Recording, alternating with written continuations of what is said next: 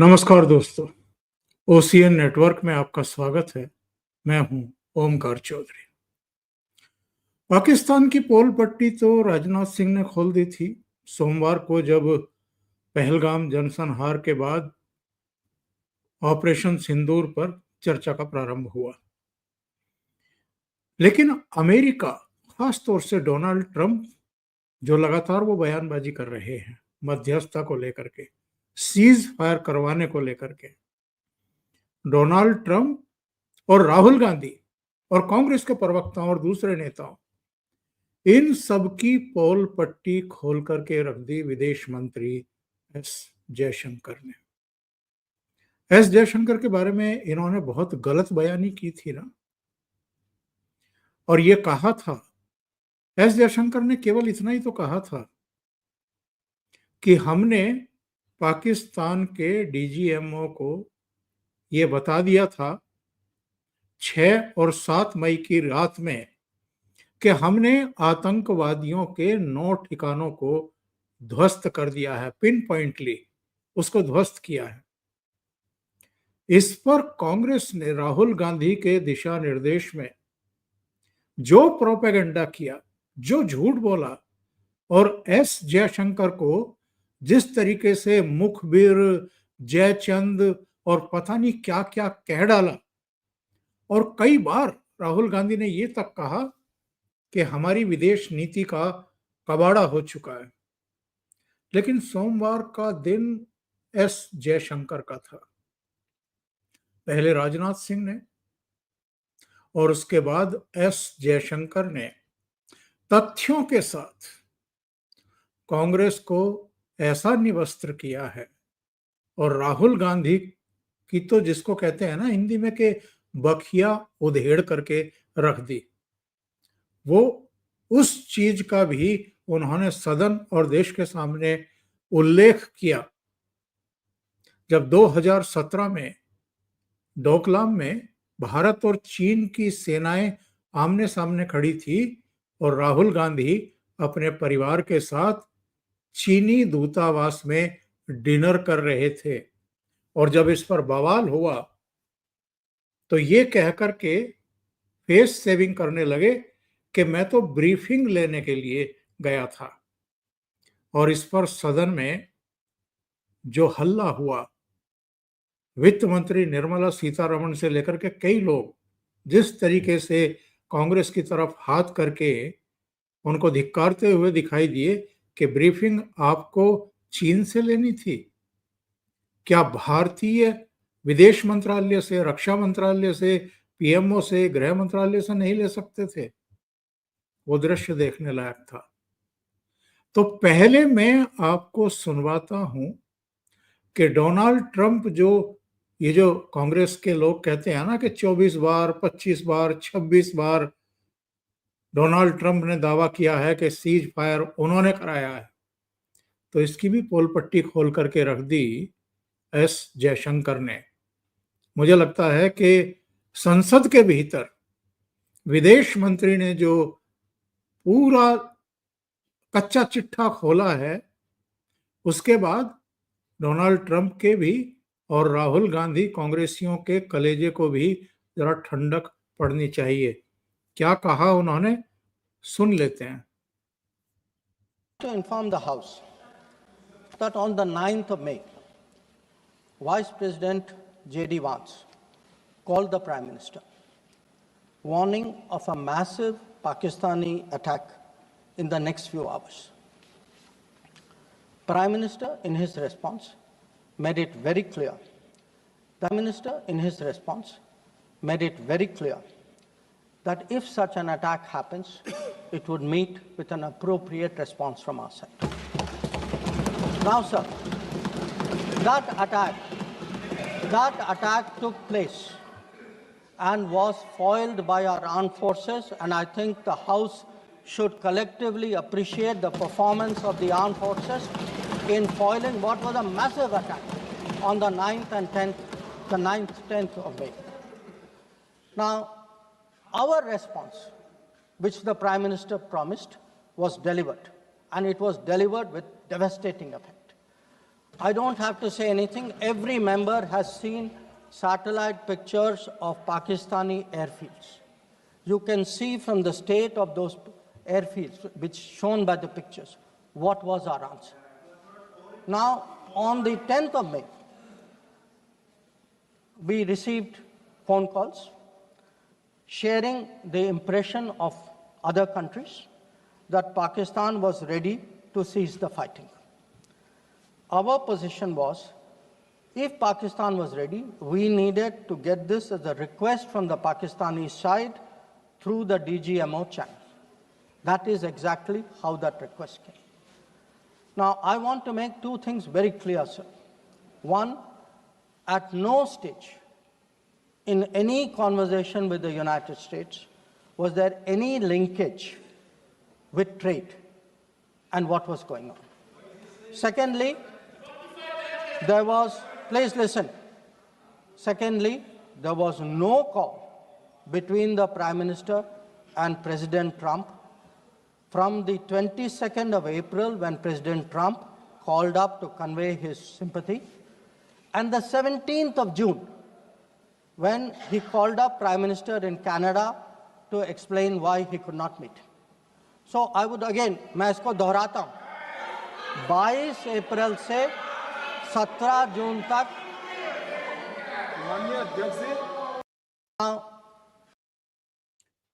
आपने सुन लिया। एस जयशंकर ने कहा कि 22 अप्रैल को जब पहलगाम में जेनोसाइड हुआ और प्रधानमंत्री सऊदी अरब में थे, उस समय शोक व्यक्त करने के लिए, दुख व्यक्त करने के लिए और साथ खड़े होने को लेकर के डोनाल्ड ट्रंप की कॉल प्रधानमंत्री नरेंद्र मोदी के पास आई और 22 अप्रैल से लेकर के 17 जून तक जब कनाडा के दौरे पर थे, G7 समिट में भाग लेने के लिए गए थे प्रधानमंत्री, तब तक डोनाल्ड ट्रंप और प्रधानमंत्री के बीच में कोई बातचीत ही नहीं हुई। उनका सीधा सीधा कहना था कि जब कोई बात ही नहीं हुई हमारे प्रधानमंत्री और डोनाल्ड ट्रंप के बीच में, तो भाई सीज फायर करवाने का श्रेय डोनाल्ड ट्रंप कैसे ले सकते हैं। और एस जयशंकर ने यह भी क्लियर कर दिया, जिसको लेकर के कांग्रेस प्रोपेगेंडा कर रही है और लगातार प्रधानमंत्री नरेंद्र मोदी की छवि खराब करने की और सेनाओं से जो पराक्रम उसने दिखाया और जो सैन्य और कूटनीतिक मोर्चे पर सफलता प्राप्त की, उसका श्रेय छीनने के लिए और पाकिस्तानी एजेंडे को आगे बढ़ाने के लिए राहुल गांधी जिस तरीके से जेट की बात कर रहे थे, कितने जेट गिरे, और जिस तरह से वो कह रहे थे कि सीज फायर तो अमेरिका के राष्ट्रपति ने कराया, वो दावा कर रहे हैं, तो उसकी भी एस जयशंकर के इस बयान ने हवा निकाल करके रख दी। राहुल गांधी को एक आदत है, देश में हो या विदेश में हो, इनको चीन बहुत महान दिखाई देता है और ये अक्सर चीन की प्रशंसा करते रहते हैं और भारत को नीचा दिखाने की कोशिश करते रहते हैं। चीन के गुणगान किन शब्दों में करते हैं वो मुझे बताने की जरूरत नहीं है।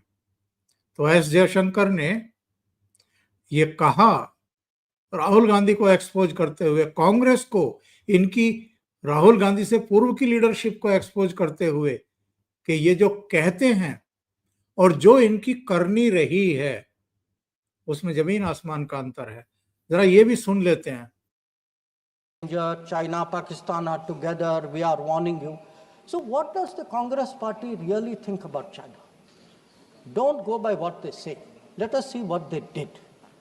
In 2005, China was designated as a strategic partner during Prime Minister Wen Jiabao's visit to India. Strategic partner. And there is a concept, very famous concept called Chindia, sir, a belief that China and India have common interest, and the main proponent of Chindia is the party spokesman of the people opposite. Now, some mention was made about visits, including my visit.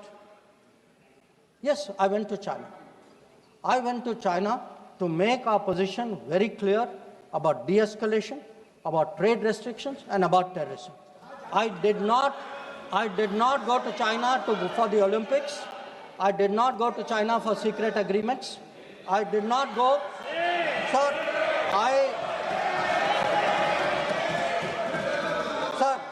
So the House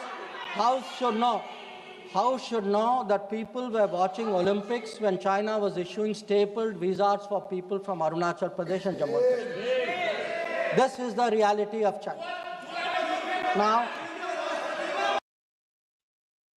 यानी S Jaishankar ने ये बता दिया कि मैं कोई secret समझौता करने के लिए चीन नहीं गया था, जैसा कि सोनिया गांधी, राहुल गांधी और प्रधानमंत्री मनमोहन सिंह, आनंद शर्मा से लेकर के इनका पूरा कुनबा गया तो था ओलंपिक के बहाने, लेकिन वहां शी जिनपिंग की मौजूदगी में ये सीक्रेट किसी समझौते पर सिग्नेचर कर रहे थे।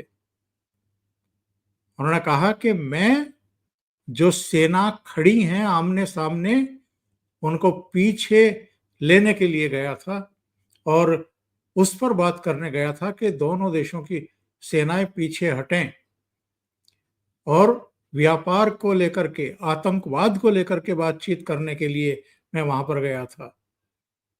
और वो यही नहीं रुके, चीन को लेकर के जो इनके दिमाग में एक गलतफहमी है उसको भी निकालने में कोई कसर बाकी नहीं छोड़ी एस जयशंकर ने।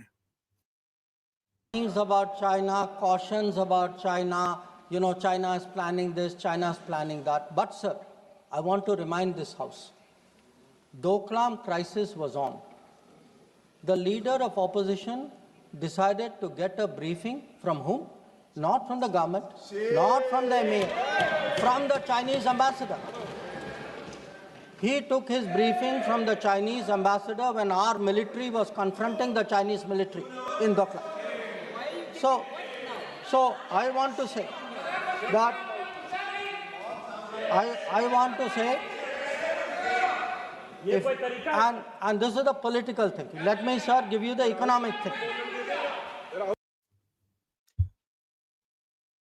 यानी जब डोकलाम में दोनों देशों की सेनाएं आमने सामने खड़ी थी तो राहुल गांधी अगेन अपने पूरे परिवार के साथ चीनी दूतावास में डिनर कर रहे थे। और जब हंगामा हुआ तो इन्होंने कहा कि मैं तो ब्रीफिंग लेने गया था कि डोकलाम में ये स्टैंड ऑफ क्यों है दोनों देशों की सेनाओं के बीच। तो एस जयशंकर ने कहा कि ब्रीफिंग आप चीनी दूतावास से लेने के लिए गए थे, आपको अपने विदेश मंत्रालय, अपने रक्षा मंत्रालय, अपने पीएमओ से लेनी चाहिए थी या चीन से लेनी चाहिए थी। ये इनका चरित्र है। और ये जो कांग्रेस के सांसद, राहुल गांधी तो सदन में ही नहीं थे उस समय जब एस जयशंकर हिसाब किताब बराबर कर रहे थे और इनको एक्सपोज करने में लगे हुए थे। जो बाकी के सांसद थे वो हल्ला गुल्ला मचाने की कोशिश कर रहे थे। तो ऐसे में मोटा भाई यानी गृह मंत्री अमित शाह खड़े हो गए और उन्होंने किन शब्दों में कांग्रेस को लताड़ लगाई, आप भी सुन लीजिए। माननीय अध्यक्ष जी, मेरी एक बात की आपत्ति है, भारत देश का शपथ लिया हुआ विदेश मंत्री यहाँ स्टेटमेंट कर रहा है, उस पर भरोसा नहीं है, उनको किसी और देश पर भरोसा है। मैं समझ सकता हूं उनकी पार्टी में विदेश का महत्व क्या है, मगर इसका मतलब ये तो नहीं है पार्टी की सारी चीजें यहाँ सदन में आकर थोपे। भारत के विदेश मंत्री पर भरोसा नहीं करोगे? ओथ लिया हुआ व्यक्ति यहाँ पर बोल रहा है, ही इज रिस्पॉन्सिबल। माननीय अध्यक्ष जी, इसीलिए ये वहां बैठे हैं और 20 साल तक वहीं बैठने वाले हैं। यानी विदेश पर उनको भरोसा है। सीधे सीधे सोनिया गांधी को भी लपेटा, अमेरिका को भी लपेटा गृह मंत्री अमित शाह ने, और जब फिर से इन्होंने हंगामा किया एस जयशंकर के वक्तव्य पर, तो वो फिर खड़े हो गए और उन्होंने लोकसभा स्पीकर को भी कहा कि आपको संरक्षण देना चाहिए अगर विदेश मंत्री बोल रहे हैं। देना चाहिए।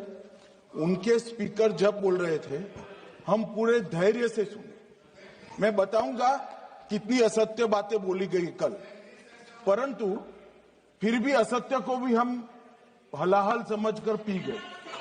अब ये सत्य भी नहीं सुन पाते हैं। माननीय अध्यक्ष जी, मुझे लगता है आपको प्रोटेक्शन देना चाहिए। बैठे बैठे टोका टोकी करना सबको आता है, ऐसा नहीं है हमें नहीं आता, मगर इतने गंभीर विषय पर चर्चा जब हो रही है तो सरकार के प्रमुख विभाग के मंत्री को बोलते हुए बैठे बैठे टोकना ये विपक्ष को शोभा देता है क्या? मान्यवर, आपने बिल्कुल उनको आग्रह से कहना चाहिए, वरना हम भी हमारे मेंबर को बाद में समझा नहीं पाएंगे।